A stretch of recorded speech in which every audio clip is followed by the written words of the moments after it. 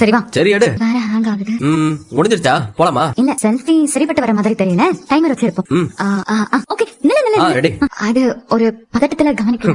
எதுக்கு பதட்டம்? நான் தானே. சரி இரு, நான் போய் செட் பண்றேன். வா வா, புடவை நல்லா இருக்கு. Thanks. உனக்கு ரொம்பவே நல்லா இருக்கு. தேங்க்யூ.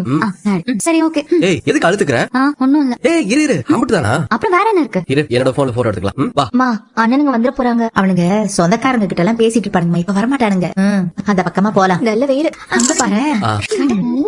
இதுவும் சூப்பரா இருக்கு.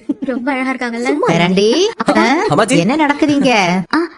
இல்ல இவருக்கு கோவில சுத்தி காட்டிட்டு இருந்தேன். ஆமா அம்மாச்சி. ரெண்டு பேரும் செல்ஃபி எடுத்துட்டு எங்க கிட்ட கதை விடுறீங்களா? அப்படிலாம் ஒண்ணும் இல்ல. கோயில சுத்தி பார்த்துட்டு அப்படியே ஞாபகார்த்தமா போட்டோ எடுக்கலாமேன்னு. ஆமா, நீங்களா எங்க போறீங்க? யார் கண்ணிலையும் படாம என் பொண்ணுகிட்ட கொஞ்ச நேரம் பேசிட்டு இருக்கலாம்னு பாக்குறேன்ப்பா. ஓ போங்க போங்க, கொஞ்ச நேரம் இல்ல ரொம்ப நேரம் கூட பேசுங்க.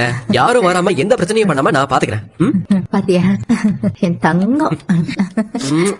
அப்பட்டா உங்க பேரன் டிராவல்ஸ் தொடங்கின கதைலாம் தெரியும்ல? ஏன் தெரியாம, நல்லா தெரியுமே. அம்மாடி கதிரு அவன் தொடங்கின அந்த தொழில ஓஹோன்னு வரணும்னு இன்னைக்கு கூட நான் சாமி கிட்ட வேண்டிக்கிட்டேன்டா. வேண்டதோட மட்டும் நிறுத்தக்கூடாது. வேற என்ன பண்ணணும்? உங்களுக்கு கார் தேவைப்பட்டா கண்டிப்பா உங்க பேரன் டிராவல்ஸ் தான் புக் பண்ணணும். சரி சரி. ஓஹோ.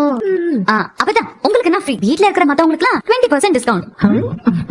ஏன் எங்க வீட்ல எல்லாம் கார் இல்லையாக்கும்? இருக்குதான். ஒரு வேலை பஞ்சர் ஆயிடுச்சுன்னா மொத்த காரும் ஒரே நேரத்துல பஞ்சர் ஆக போகுது. ஆக கூடாதுன்னு இருக்கா என்ன?